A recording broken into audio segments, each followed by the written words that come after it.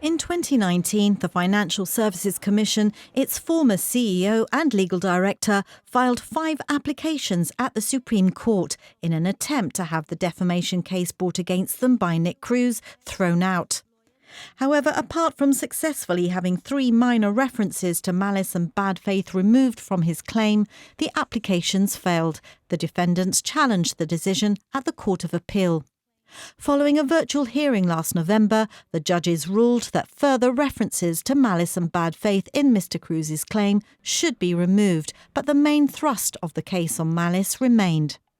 The appeal court also refused to overturn Mr. Justice Yates's decision on the strikeout and summary judgment applications. Today's ruling was about submissions on costs and pleadings following the appeals, which the court said the parties were deeply divided on. The appellants argued that since they had succeeded in striking out 18 out of 24 particulars of malice and bad faith, they ought to be seen as the successful party, although they accepted that they were not entitled to recover all of their costs.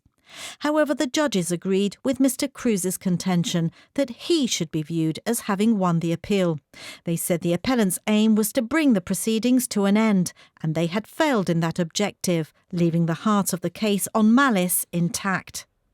Nevertheless, the judges said they recognised the appellant's partial success.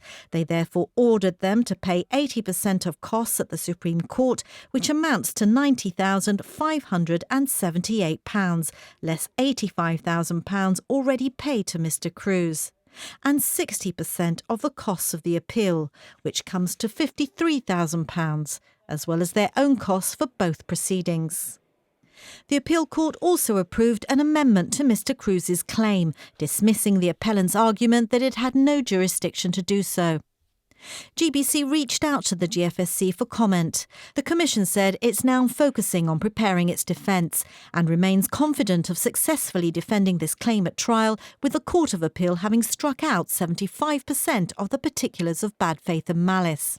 On costs, the FSC said it accepts the Court of Appeal's judgment, adding it will not comment any further at this time. For his part, Nick Cruz told GBC that he's pleased with the Court of Appeal judgment and hopes to progress matters and resolve all issues as soon as possible. He said vindication of his reputation is paramount.